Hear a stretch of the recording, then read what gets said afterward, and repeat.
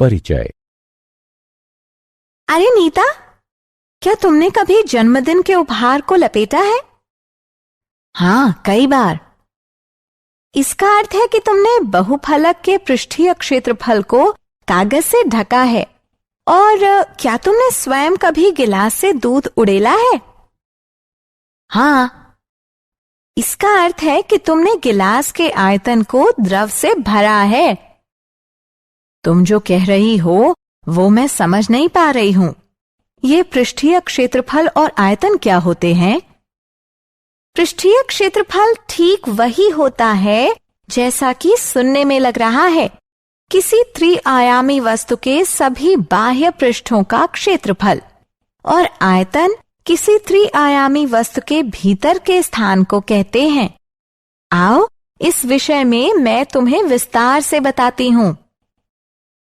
इस पाठ में तुम इन दोनों परिकल्पनाओं के संबंध में और अधिक जानोगे।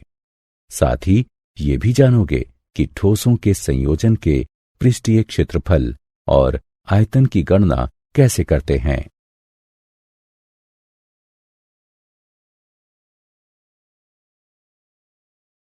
उद्देश्य। इस पाठ के अंत में आप निम्न करने में सक्षम हो जाएंगे। किन्हीं दो आधारभूत ठोसों जैसे घनाभ, शंकु, बेलन, गोला व अर्धगोला के संयोजन से बनी वस्तु का पृष्ठीय क्षेत्रफल निकालना।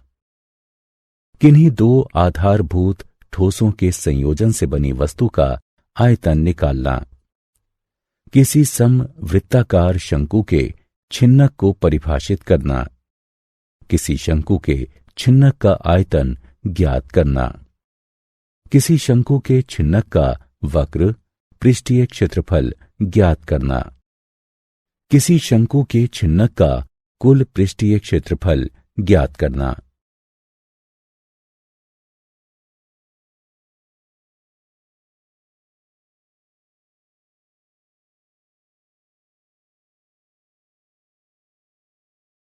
ठोसों का संयोजन। छात्रों, इन ठोसों को देखिए। ये ठोस दो या अधिक ठोसों से बने हैं। यहां हम स्पष्ट देख सकते हैं कि सर्कस का तंबू शंकु व बेलन का संयोजन होता है। लट्टू अर्धगोले व शंकु का संयोजन होता है और परखनली अर्धगोले व बेलन का संयोजन होती है। इसी प्रकार अपने दैनिक जीवन में हम ऐसी अनेक वस्तुएं देखते हैं, जैसे खिलौने, वाहन, पात्र, औजार इत्यादि, जो दो या अधिक ठोसों का संयोजन होती हैं। आइए उनके पृष्ठीय क्षेत्रफल एवं आयतन ज्ञात करना सीखते हैं।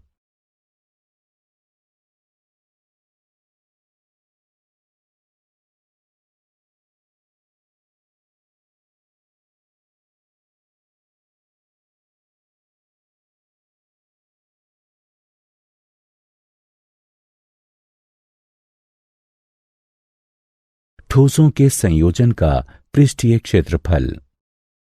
ठोसों के संयोजन से बने ठोस का पृष्ठीय क्षेत्रफल ज्ञात करने के लिए हम उसे छोटे छोटे ठोसों में विभाजित कर देते हैं और फिर प्रत्येक ठोस का वक्र पृष्ठीय क्षेत्रफल ज्ञात करते हैं।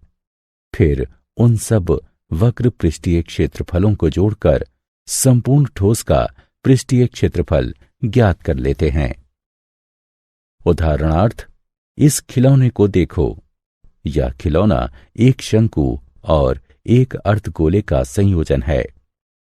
इस खिलौने का पृष्ठीय क्षेत्रफल ज्ञात करने के लिए हम शंकु एवं अर्धगोले के वक्र पृष्ठीय क्षेत्रफल ज्ञात करेंगे। अथवा हम ये भी कह सकते हैं कि किसी खिलौने का कुल पृष्ठीय क्षेत्रफल शंकु के वक्र पृष्ठीय क्षेत्रफल तथा अर्धगोले के वक्र पृष्ठीय क्षेत्रफल के योग के बराबर होगा। ठोसों के संयोजन से बने ठोस का पृष्ठीय क्षेत्रफल ज्ञात करने के लिए आइए कुछ उदाहरणों को हल करते हैं।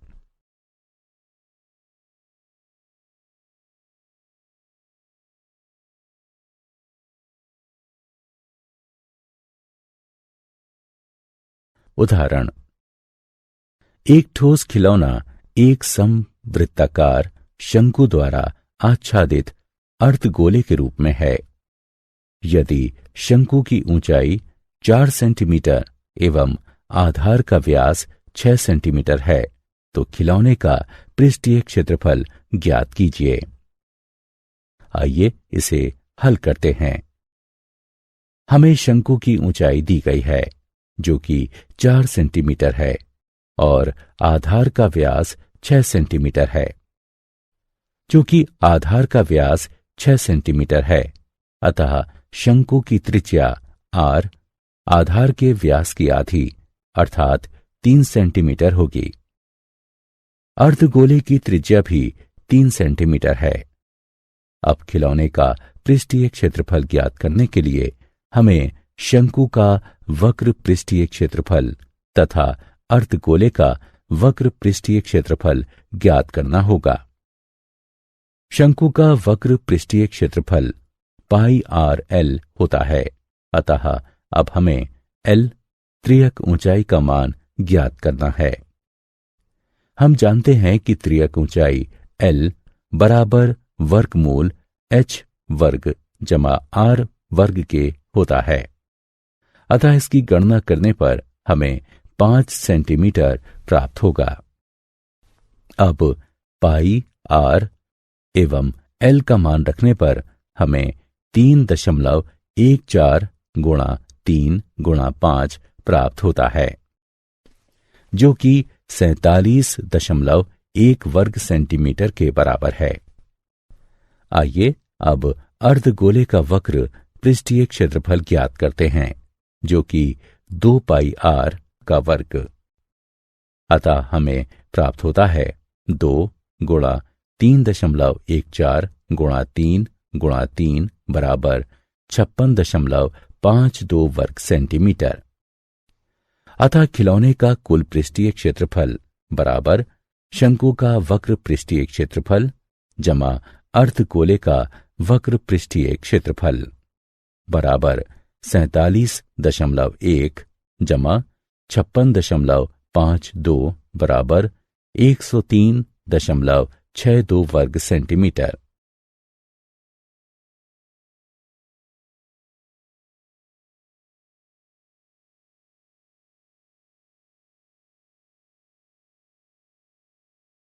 इस आकृति को देखिए।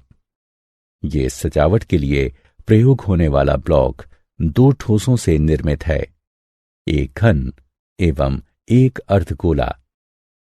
ब्लॉक का आधार 5 सेंटीमीटर कोर वाला एक घन है और उसके ऊपर लगे हुए अर्धगोले का व्यास 4.2 सेंटीमीटर है।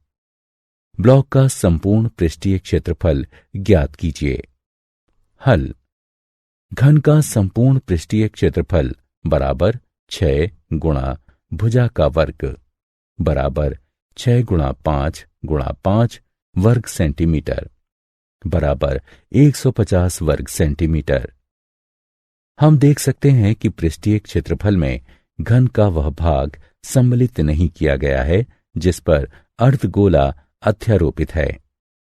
अतः घन का संपूर्ण क्षेत्रफल बराबर घन का संपूर्ण पृष्ठीय क्षेत्रफल घटा अर्धगोले के आधार का क्षेत्रफल जमा अर्धगोले का वक्र पृष्ठीय क्षेत्रफल।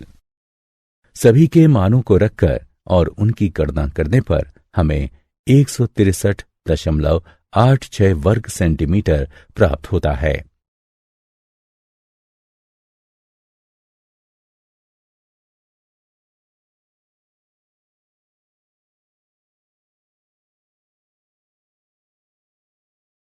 ठोसों के संयोजन का आयतन। जब हम ठोसों के संयोजन पर दृष्टिपात करते हैं तो क्षमता ज्ञात करने की समस्या उत्पन्न होती है। ऐसे किसी ठोस का आयतन ज्ञात करने के लिए हम उसे छोटे छोटे ठोसों में तोड़ लेते हैं और फिर प्रत्येक ठोस का आयतन ज्ञात करते हैं। फिर प्राप्त आयतनों का योग करके संपूर्ण ठोस का आयतन ज्ञात कर लेते हैं। इस आइसक्रीम कोन को देखिए। यह एक शंकु एवं एक अर्धगोले का संयोजन है। इसका आयतन ज्ञात करने के लिए हम शंकु एवं अर्धगोले के आयतन ज्ञात करेंगे और फिर उन आयतनों का योग कर देंगे। या फिर हम इसको ऐसे भी लिख सकते हैं कि किसी आइसक्रीम कोन का आयतन शंकु व अर्धगोले के आयतनों के योग के बराबर होता है। इस संबंध में और अधिक समझने के लिए आइए एक उदाहरण हल करते हैं। उदाहरण, एक लौह स्तंभ लंब वृत्ताकार बेलन व लंब वृत्ताकार शंकु का संयोजन है। बेलन व शंकु दोनों ही के आधार की त्रिज्या 8 सेंटीमीटर है। बेलनाकार भाग 240 सेंटीमीटर ऊंचा है तथा शंक्वाकार भाग 36 सेंटीमीटर ऊंचा है। स्तंभ का भार ज्ञात कीजिए। यदि 1 घन सेंटीमीटर लोहे का भार 3.9 ग्राम हो। हल, मान लीजिए R बराबर बेलन की त्रिज्या, शंकु की त्रिज्या, H बराबर बेलन की ऊंचाई, H1 बराबर शंकु की ऊंचाई। हम जानते हैं कि स्तंभ का संपूर्ण आयतन बेलन व शंकु के आयतनों के योग के बराबर होता है। अतः संपूर्ण आयतन बराबर पाई आर का वर्ग H जमा 1/3 पाई आर का वर्ग H1 बराबर पाई आर का वर्ग गुणा H जमा 1/3 H1। इसे हल करने से हमें संपूर्ण आयतन प्राप्त हो जाता है जो कि 50,688 घन सेंटीमीटर है। अब स्तंभ का कुल भार बराबर ठोस का आयतन गुणे भार प्रति घन सेंटीमीटर। यह है 1,97683.2 ग्राम अथवा 197.6832 किलोग्राम होगा। किसी ठोस का एक आकार से दूसरे आकार में रूपांतरण। जब हम तरबूज को फांकों में काटते हैं तब हम किसी ठोस आकार को अन्य ठोस आकारों में रूपांतरित कर रहे होते हैं। फांकों के माप एवं आकार से हटकर एक तथ्य है जो कि सारी प्रक्रिया को भलीभांति व्यक्त करता है। सभी फांकों का संयुक्त आयतन वास्तविक तरबूज के आयतन के ठीक बराबर होता है। जब हम किसी दिए गए आकार के ठोस को किसी अन्य आकार में रूपांतरित करते हैं, पृष्ठीय क्षेत्रफल साधारणतया परिवर्तित हो जाता है, यद्यपि आयतन वही बना रहता है।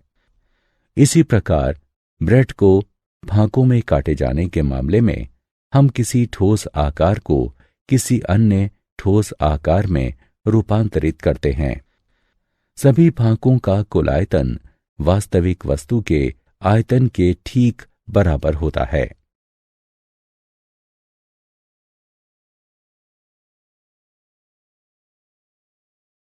उदाहरण, 24 सेंटीमीटर ऊंचाई व 6 सेंटीमीटर आधार त्रिज्या वाला एक शंकु मॉडल बनाने वाली मिट्टी से बना है। एक बच्चा उसे गोले के आकार में परिवर्तित कर देता है। गोले की त्रिज्या ज्ञात कीजिए। हल, हम जानते हैं कि शंकु का आयतन 1/3 पाई आर का वर्ग H होता है। अतः ये 1/3 गुणा पाई गुणा 6 गुणा 6 गुणा 21 घन सेंटीमीटर के। यदि गोले की त्रिज्या R है तो उसका आयतन 4/3 पाई आर घन होगा।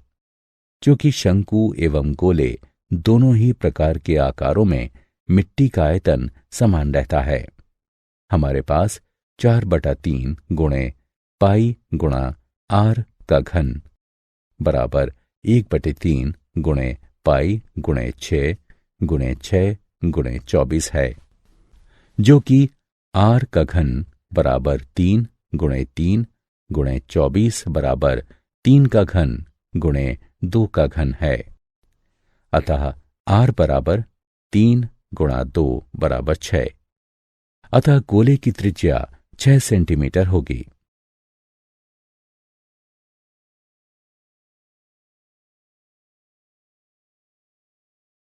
शंकु का छिन्नक। यदि एक लंब वृत्तीय शंकु उसके आधार के समांतर एक तल द्वारा काटा जाता है तो काटे जाने वाले तल एवं शंकु के आधार के मध्य का भाग शंकु का छिन्नक कहलाता है। शंकु के छिन्नक के सूत्र नीचे दिए गए हैं। शंकु के छिन्नक का आयतन बराबर 1/3 पाई h r1 का वर्ग जमा r2 का वर्ग जमा r1 r2। शंकु के छिन्नक का वक्र पृष्ठीय क्षेत्रफल बराबर है पाई l गुणा r1 जमा r2 के, जहां l बराबर है वर्गमूल h वर्ग जमा r1 घटा r2 के वर्ग के। शंकु के छिन्नक का संपूर्ण पृष्ठीय क्षेत्रफल बराबर पाई l r1 जमा r2 जमा पाई r1 का वर्ग जमा r2 का वर्ग। अगले स्क्रीन में हम इन सूत्रों का प्रयोग करके शंकु के छिन्नक का आयतन एवं पृष्ठीय क्षेत्रफल ज्ञात करेंगे।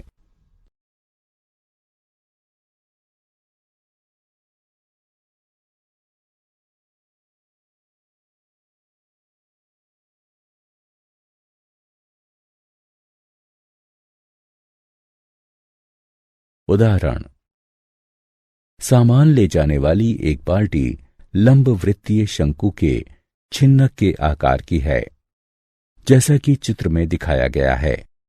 बाल्टी का आयतन व संपूर्ण पृष्ठीय क्षेत्रफल ज्ञात कीजिए। हल। हम जानते हैं कि त्रियक ऊंचाई l बराबर वर्गमूल h का वर्ग जमा r का वर्ग। अतः हल करने पर हमें त्रियक ऊंचाई 17 सेंटीमीटर प्राप्त होगी। साथ ही किनारे का पृष्ठीय क्षेत्रफल ये होगा। मान रखने पर हमें किनारे का पृष्ठीय क्षेत्रफल 670 वर्ग सेंटीमीटर प्राप्त होता है। अतः आधार का क्षेत्रफल ये होगा। ये 177 व 79 के योग के बराबर है। अतः संपूर्ण पृष्ठीय क्षेत्रफल ये होगा। इससे हमें 926 वर्ग सेंटीमीटर प्राप्त होता है। अब हम जानते हैं कि शंकु के छिन्नक का आयतन ये होता है। मान रखकर हल करने पर हमें 2114 घन सेंटीमीटर आयतन प्राप्त होता है।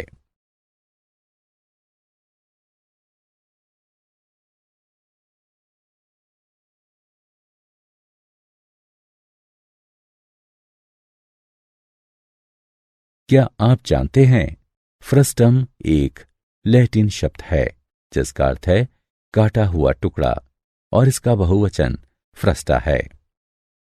साधारणतः जब हम कहते हैं बेलन तो हमारा आशय वृत्तीय बेलन से होता है, परंतु अंडाकार बेलन भी होते हैं, जैसे कि इस प्रकार। इसके अतिरिक्त अपरिचित बेलन भी हो सकते हैं।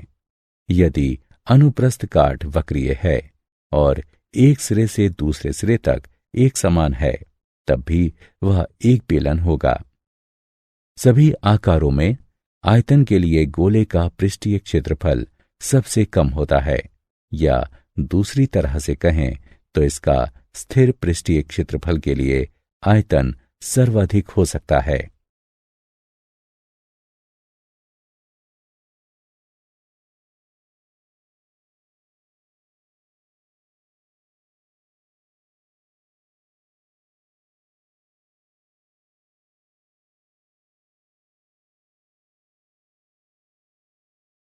सारांश। आइए हमने जो कुछ सीखा है उसे संक्षेप में दोहराएं। ठोसों के संयोजन से निर्मित ठोस का पृष्ठीय क्षेत्रफल ज्ञात करने के लिए हम उसे छोटे छोटे ठोसों में विभाजित कर देते हैं और फिर प्रत्येक ठोस का वक्र पृष्ठीय क्षेत्रफल ज्ञात करते हैं और फिर उन सब वक्र पृष्ठीय क्षेत्रफलों को जोड़कर संपूर्ण ठोस का पृष्ठीय क्षेत्रफल ज्ञात कर लेते हैं।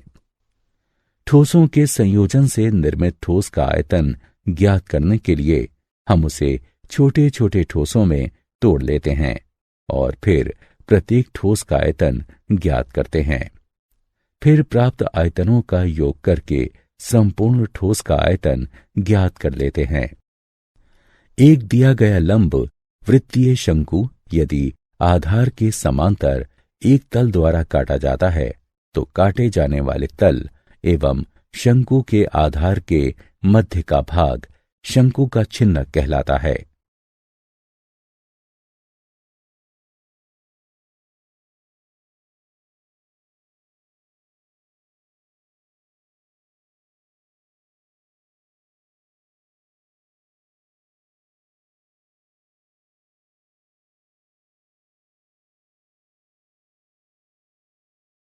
शंकु के छिन्नक से संबंधित सूत्र इस प्रकार हैं।